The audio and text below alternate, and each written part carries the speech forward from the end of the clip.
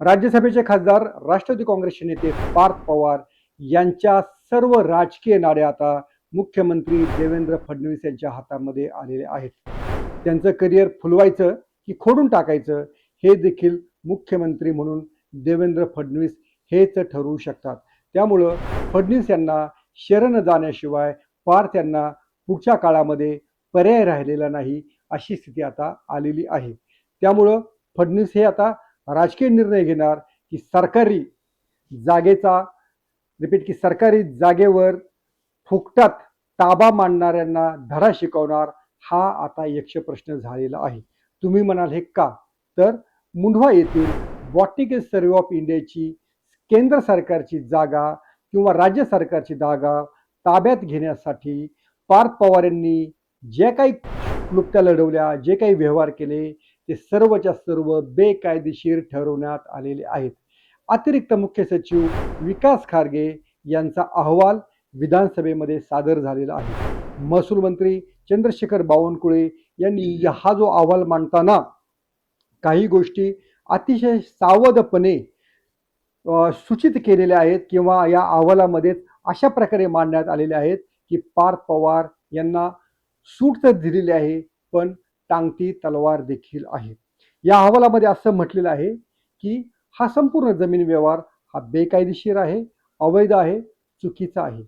Media company ज्याच्यामध्ये पार्थ पवार यांचे 99% shares आहेत, दुसरे त्यांचे मामे भाऊ दिग्विजय पाटील यांचा फक्त 1% शेअर आहे.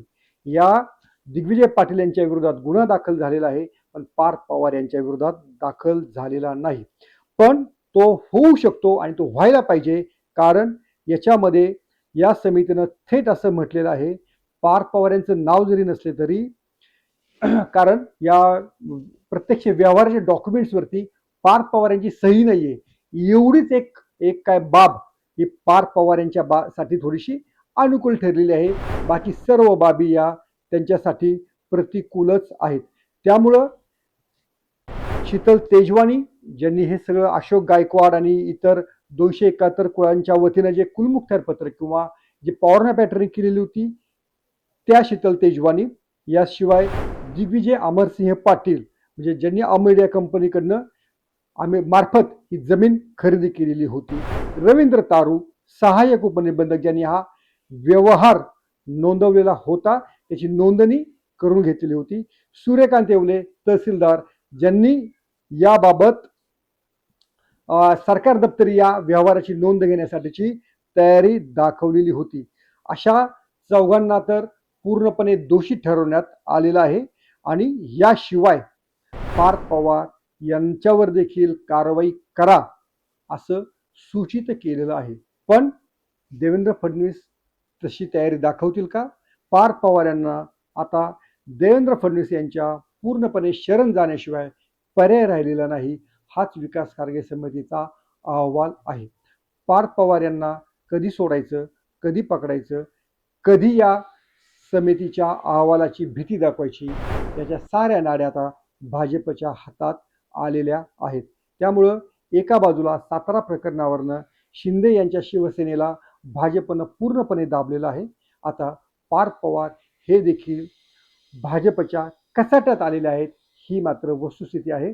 पण फडणवीस यांनी राजकीय निर्णय घेण्यापेक्षा सामान्य माणसाच्या न्यायाचा, राज्याच्या हिताच्या न्यायाचा निर्णय घ्यावा अशीच सर्वसामान्यांची अपेक्षा असेल. याच्यामध्ये दुमत असायला काही वाव नाही. धन्यवाद. सोशल मीडियाच्या भाऊ गर्दीत विश्वासार्हतेने चकाकणारे नाव म्हणजे लेट्सअप मराठी. सगळ्या नागरिकांना ती स्पीच ती लेट्सअप वरील मुलाखती म्हणजे विचारांचा खजिना.